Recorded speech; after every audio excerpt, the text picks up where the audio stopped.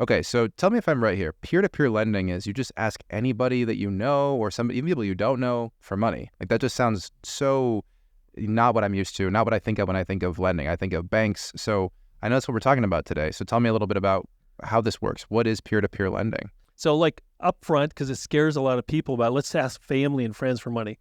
That's not what we're talking about. Yeah, family and friends can be part of this, but it's not. It is other people in your community or in the real estate community who are looking to make money and not own properties. And there's a lot of people out there right now who are struggling with their budgets because everything's gone up. Taxes, insurance, cost of gas, everything's gone up. So their budgets, the people who have the money, the peers out there who have money in their IRA or anything else like that, they're looking for something better. And we're looking for something better as far as real estate investors or business owners. So number one, in peer-to-peer, I don't want people to get scared away that I have to go ask family and friends and I just can't do that. That's not what we're talking about, because probably 98, 99% of the money is never going to come from family and friends. Oh, really? Okay. Yeah. So we want to make sure we're looking at this. I mean, peer-to-peer is finding those people who are willing and want to get into a win-win situation. And we want to replace some or all of the financing from your traditional lenders, from your banks, from your hard money, from private lending, whatever it may be. We want to replace some or all of that with this bucket of money that we call peer-to-peer, because as we go through this, you're going to find out it's faster, easier, and cheaper as a real estate investor or business owner. Okay. So yeah, already this sounds more approachable. Like it's not necessarily friends and family, although, that can work for some people. But you're saying most of the time it's not going to be that. And to think of it more as a win-win situation, like you're offering whoever you talk to as a potential investor, as a peer, you're offering them a great deal too, because they're going to get a better return than they could in most other situations, especially in this current economy. They're going to get a secured return because you're going to put it on a piece of real estate. So it's not like the stock market. I mean, a lot of people are pulling money out of the stock market because they haven't made anything or they've lost money over the last 12 months. And they expect to keep losing it. There's other people who are afraid of where the banks are going. Like there's been a few that have collapsed. They only guarantee so much money. So people are getting a little nervous there. And on top of that, it's just the cost of living. So as an investor or business owner, you're looking for, as I say, easier, cheaper, faster money. And they're just looking for a better secured return. So it's a win-win situation. And these people are all over because if you look, there's a lot of people out there who are in their retirement age, their retirement zone, who just need more money to live. Everything has increased so rapidly over the last few years that they're looking for something and you're looking for something. And we're going to go over exactly why peer-to-peer is better, or at least something you need to do, and where it can fit too.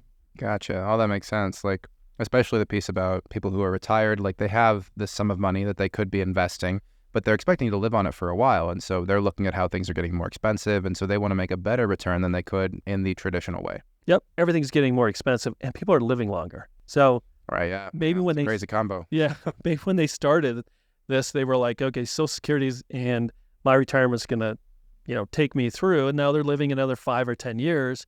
Plus everything is getting more expensive. So when we're talking about peer-to-peer, we're not talking about begging people for money. We're not talking about going out and having to convince people. You do have to go through a process and show them why it's good. Really simple, but we want to make sure that people understand right away.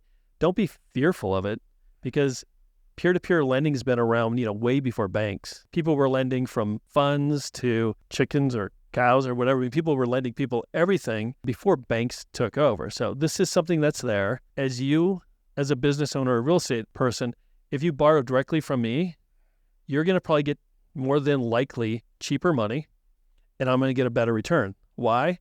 Because we're taking the bank out of the middle who's taking most of the profit. Yeah, like you're saying this is a pretty human thing to do. It's natural. People have been lending, and that makes sense. Like if I think about more the traditional human societies back in the day, there were people who have to lend each other things. It's part of the process, but that became institutionalized in the form of a bank. Yep. And so we're kind of going back to basics in some ways, is what you're saying. Makes me feel a little more comfortable with it, strangely. And banks, will maybe give someone right now 5%, and then they'll lend it out at 9%. So the bank takes that, somewhere between 3 and actually 5% for their profits. So All we're talking about is finding good deals, getting people involved in them to lend you the money. And we're going to go through it, but and maybe it's right now that a good point is like, what do you use this money for? It's for small amounts, large amounts, short-term, long-term. I mean, when I say small amounts, it may be for your down payment. That's all you need the money for. Maybe you have a lender and you just need $10,000, $20,000, $30,000 for the down payment. Maybe it's for the fix-up costs. Maybe it's to carry, meaning your payments every month. Maybe you want a loan for a rental property, fix and flip. The beautiful thing about peer-to-peer is there's people out there who have 10,000 and there's people out there who have 10 million. There's a lot of flexibility in what you could use it for. So if you're a real estate investor, you could just think of every time you need money, peer-to-peer could fit there. You just have to take this and build this, just like finding properties. You have to spend a little bit of time finding the people who want to get engaged in peer-to-peer lending. Yeah, I get that. Huh. Like, I'm pretty sold on the concept already, but so how do you go out and do it? Like, how do you go out and find people? That's the part that I'm like, how would I go and meet people? Are there like communities that like where people are posting online or something saying I'm willing to invest? How does that work? There's a couple easier ways to find people who are engaged or who are looking for this or thinking about this. Number one, there's a group of people who have their 401ks, their IRAs, in something called a self-directed plan, which means they can invest in anything. And most of the people who are invested in those kind of plans are used to working with private placements, which is a business preliminary stock or deeds or gold. I mean, like they invest in different things besides just the stock market. So there's a huge community like with Equity Trust, New Direction IRA, some of the other ones, and they do have meetups, groups, stuff like that. You just have to like get connected. So here's a group of people who already have money put together and they're already looking. That's a great way. What is that called again? The self-directed? It's called a self-directed IRA. So so you don't get penalized for taking things out early on a self-directed IRA? No, they can invest. Instead of just handing your money over to like a Fidelity or Vanguard and say, I want to pick that mutual fund, this stock, whatever. Self-directed is the same thing. There's these fiduciaries. They just take care of all the paperwork. Your money's there and you get to invest in whatever is legally to invest in. So with a self-directed IRA, I can still put some money in a mutual fund. I can still put it in a stock, but I can also invest it in private companies, deeds of trust, some gold stocks, some. Okay, so it is the IRA. It's not about whether or not you take it out. It is. And the IRA gets the return. So the people who are lending, it's the IRA getting the return. So we have a lot of clients who use their IRA because they live off their IRA because they're at that retirement zone. Right. You know, you ask, how do you know and who do you know? Like in 2008, when everything crashed, we were using bank lines and we had to switch from bank lines to private money, peer-to-peer, like almost overnight just to keep everything going. So we knew no one. Your business did? Yeah, our business did. And it's all about putting together good deals for people and getting wins for them. Because the first one is always the toughest because you're a little nervous. You're trying to figure it out. You're talking to people. But you put together a good presentation like, hey, I have this great property. We're at a great loan to value. I'm going to secure you and do this right. We're going to get the docs done legally. We're going to go through title so you know you're there. So I'm going to secure you to the utmost. And then after that first deal, guess what happens? They probably want to invest some more. They want to do some more. If you take care of your first client, the other ones expand. Pretty soon people are just calling you because their friends are like, hey, I heard what they're doing. I want to do that now too. That makes sense. Yeah. It's so interesting. It's so different than a bank because they're not going to be, I mean, maybe they'll be interested in you as a return customer potentially, but it's all based on like their system already. It's not like just word of mouth where if somebody gets a high rate of return, they're going to tell their friends like, oh yeah, go talk to Mike. He can get you a great return. Yep. And it's secured. The other things that help when you're looking for people is, we talk about like you're putting money back into the communities. You're living here, working here, so your money is going to be in a secured asset on a piece of real estate. It's going to be helping the community because we're going to fix up properties. We're going to rent properties. We're going to develop land, whatever it may be. We're putting money back into our communities. And a lot of people who are lending money like to feel that they're helping. And they could also... Yeah, that makes sense. They could also go see where their money is. Like they could drive by a house and go like, that's securing my... Yeah. It's just like innately more satisfying. Yeah. You can see where your money's going.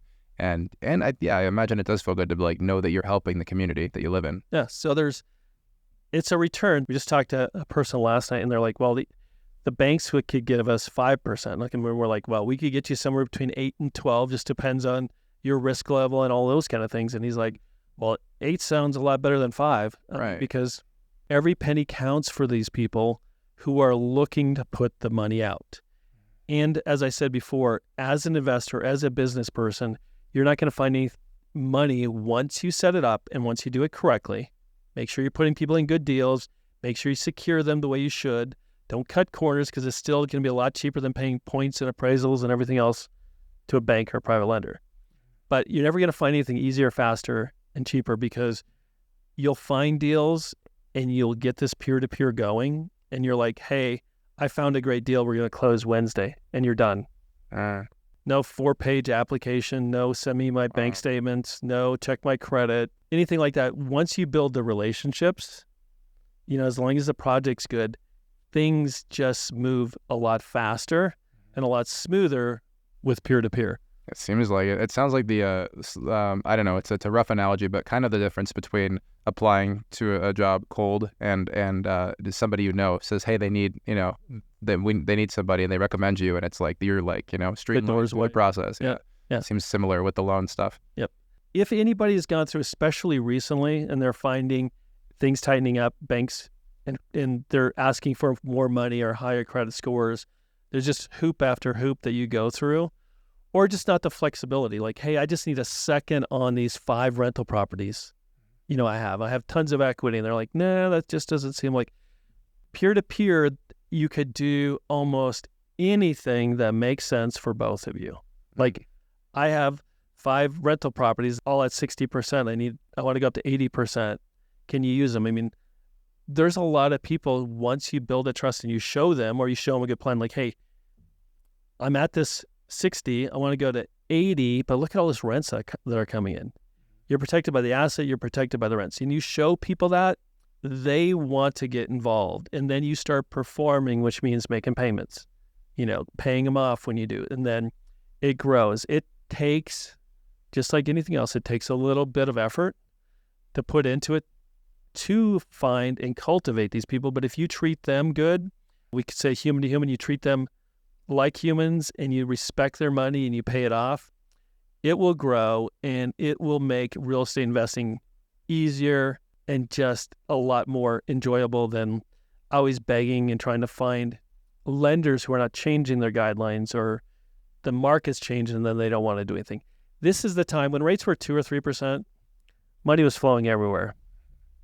Now it's just really not. So this is where the good investors, the business owners, whatever, they need to be able to think a little bit more out of the box, or just how it used to be. Yeah, I hear that. They need to think more outside the box. And in this case, outside the box is peer-to-peer, kind of redefining the box, really, because it seemed like you were saying it's something that people have been doing for all of time, a lot longer than banks have been around.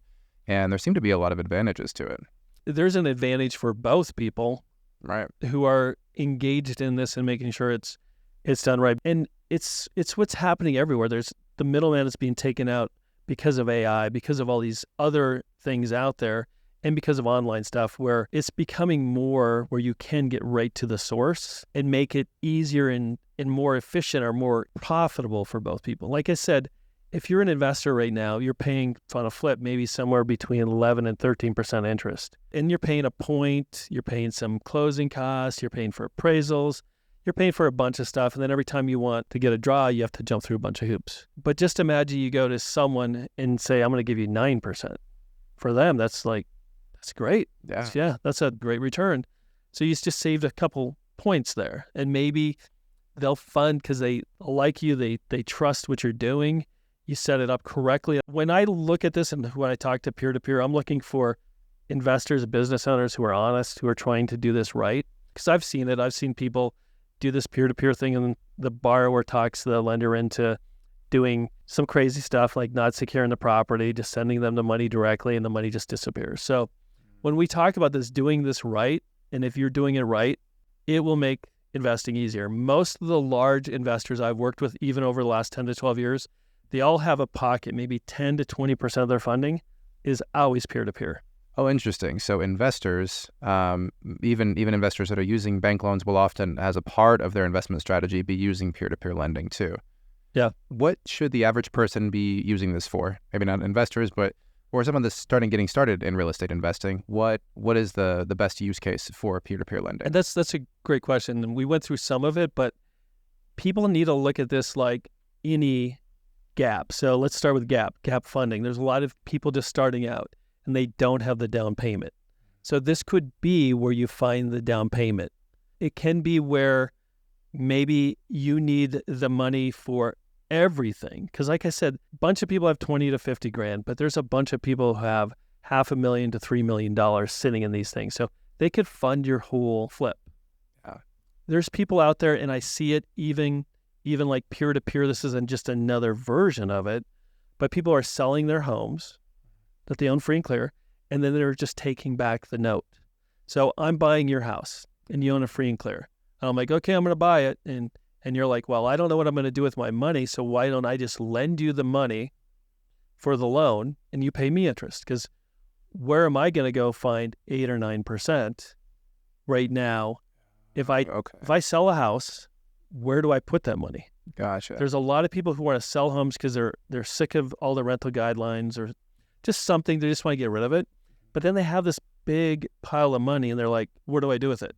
Hey, why don't you just keep it on the house? I'll give you a note deed. Okay. And that's peer-to-peer lending. And then they know where their money's secured and they get a better return than the banks.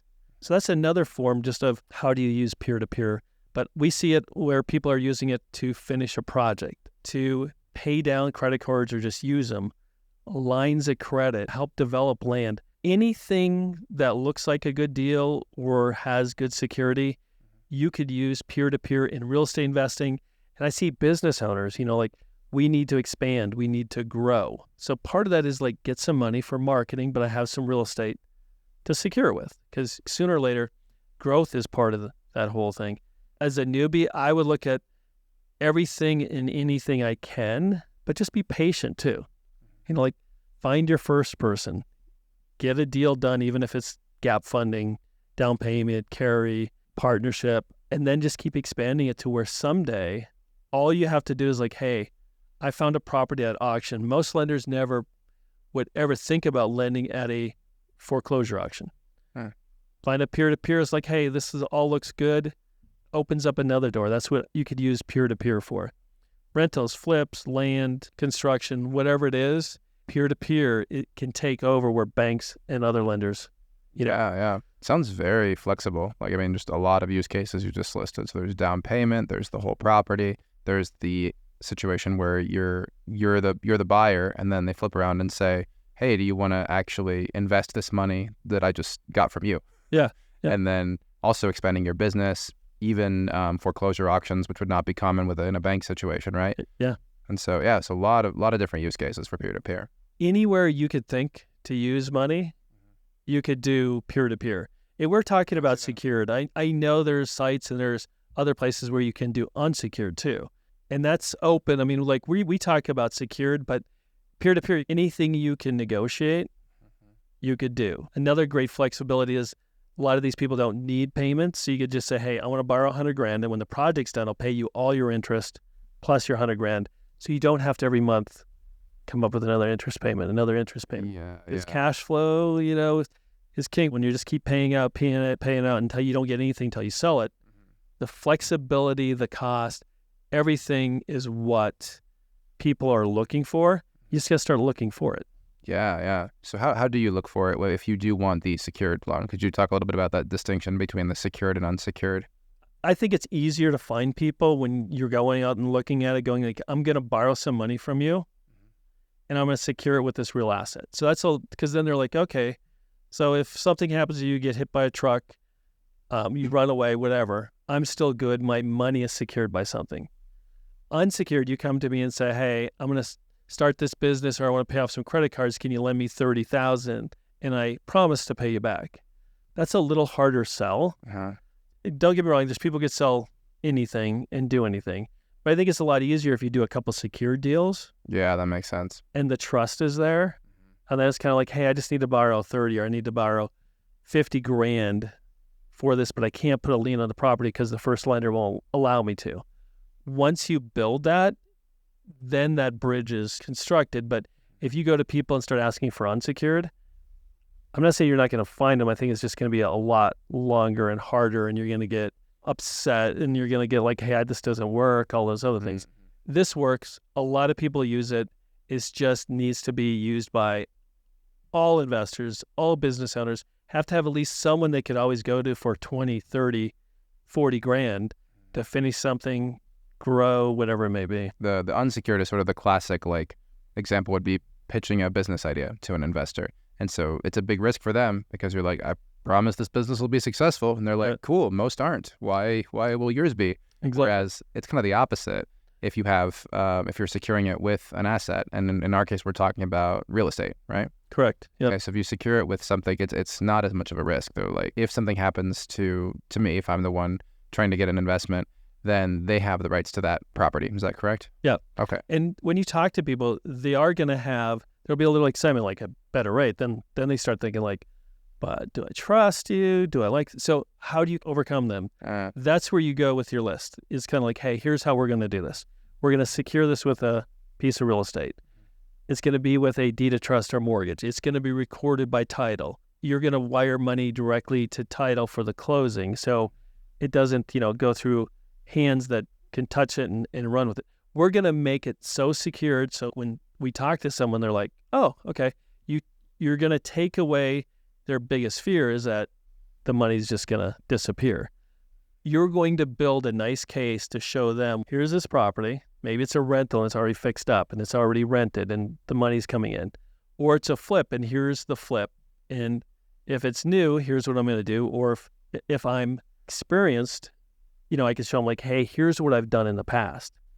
Here's what it looks like. Here's why I am doing this. And we're going to do everything we can to make sure your money is protected. And then when this property refinances or pays off, the title company is going to pay you back directly. So we're going to make sure you, as someone who has money, feels the security, feels that I'm taking care of you. Because if you go through the steps and you actually do that, even if you pay for title to do this, even if you do that stuff, everyone's like, oh, it's just rack cost. It's still a lot cheaper than any lender because the lender is going to do all those things and charge you fees. So be aware that to do it secure, you're going to have some costs, but remember that it's going to be a lot less than if you went through a traditional lender. Correct. Not only a lot less, we've talked about this before, just a lot less hassle. Even like DSCR, like some of the other loans, you have to get the appraisal, then you have to send in the bank statements, then you have to make sure your insurance is there's just paperwork after paperwork after paperwork. And sometimes it wears you out a little bit as a borrower. It's just nice when you could go like, hey, here's a good deal. It'll be good for you, good for us. We're going to go through title. The docs are going to be all done. You're going to be secured. I'm going to make a lot of money because there's a lot of upside on this. And you just don't have all the hassle and worry that it's not going to fund either. Like you're going to get denied. Your credit score is going to go down 4 points. And you're like, what do I do now? I'm not saying you should never use banks or lenders or anyone else. I think this is just one of those things you need to be part of your funding. Anything and everything and piecemeal it and put it together so it works best for you. And like you said, it seems especially necessary in this economy to have this additional bucket because it's getting more competitive to get loans from traditional lenders. Yeah. Things have changed. Things have shifted. 3 or 4 years ago, you could get 2-3%. It didn't really matter. Every lender was out there looking. That's shifted. The people who were investing or retiring, stock market's doing well, everything, they didn't even want to think about taking monies out of there. Now the stock market's not doing well. There's all kinds of crisis around the world. Banks are failing, so they're starting to get nervous on their side. So they're like, hey, we have to look for something. And then you as a investor, business owner, banks are tightening up. Credit scores need to go up. Down payments have to get bigger. The pool is shrinking on the number of investors who are out there because less and less can qualify and because they're a little timid on the market. But this is the time where you buy. We just had a person reach out to us. He's buying a property right now. It's move-in ready. He's probably going to put 30, 40 grand into it, but he's buying it for 300. Let's just say he's all into it for 350, 60 with interest, with everything. Low, and it's worth 550 to 575. he's finding a good deal in this market because a lot of people, even on the other side, are desperate to get out, and there's not a lot of buyers out there. So Right. investors in this market who get the deals, you still have to be picky. It's not like every deal you look at is going to be 60% loan to value. But if you put in the time and effort, it's there. And then to have the private money, the peer-to-peer on top of it, just makes it so much easier. Because I could go to a peer and say, like, I just need a bridge loan for 2 years. And they're like, oh, 2 years sounds good. You go to a private lender or a bank, and they're like, no, it's 1 year. Then we'll look at it. And it's just good to know you're locked in and taking advantage of where the market is right now. Anything else you want to make sure people know about peer-to-peer? I guess the other thing is growing it. And when we talked about growing it from 1 to 5 to 10 people with money starts with how you treat the first person, making sure you take care of them, making sure you're paying them on time, make sure you pay them off. Do it like a real bank loan, real business. So they're going to tell people, and you could use them even if they don't tell anybody. You could use them as referrals as you talk to more people. It's a little bit about getting out and talking to people and interacting. We're talking about peer-to-peer, human-to-human. So sooner or later, you're going to have to go out there and talk to more people. But if you're successful in the first one and you do as you say, it gets so much easier. If you don't pay them on time, you don't do anything, secure them, you tell them you're going to do something, you don't do it, they're going to go away, and it's just going to make it harder and harder. So this is for the people who want to do it right. It seems like communication is key in that, I imagine. Like, I think for millennials and especially Gen Zers, if they're starting to get into this sort of thing, I would say, for them to be encouraged to know that it's not that hard. Like, it's scary at first. There's a lot of, my age group and especially younger, they don't know how to go out and talk to people. Yeah. I think when that first one, if somebody's really happy and you really dot your I's and cross your T's and you just make sure you reach out and let them know if anything's going on, they're going to be super stoked and happy with what you've provided, because a lot of people aren't good at communicating. And then from there, it's encouraging, right? It's fun. And I imagine, I'm imagining all this, but I imagine it is fun once somebody gives you a good review and they want you to do business with their friend, and you're like, oh, I can do this. And you feel encouraged. And they get the lender, the peer who's lending the money gets that first check. And they're like, oh, that's nice. The second check. Yes, especially that, they're right? they're like, hey, that's kind of nice. And if you're not an outgoing person, if you're not communicating, that's where you put together a nice package. Here's what I'm doing. Here's the property. Here's my comps. You put together a nice presentation where it just says, here is what I'm offering. And maybe even just do a quick video. Like, it's the video world. We're doing a video right now. Yeah. Just to like, hey, here's what I'm doing.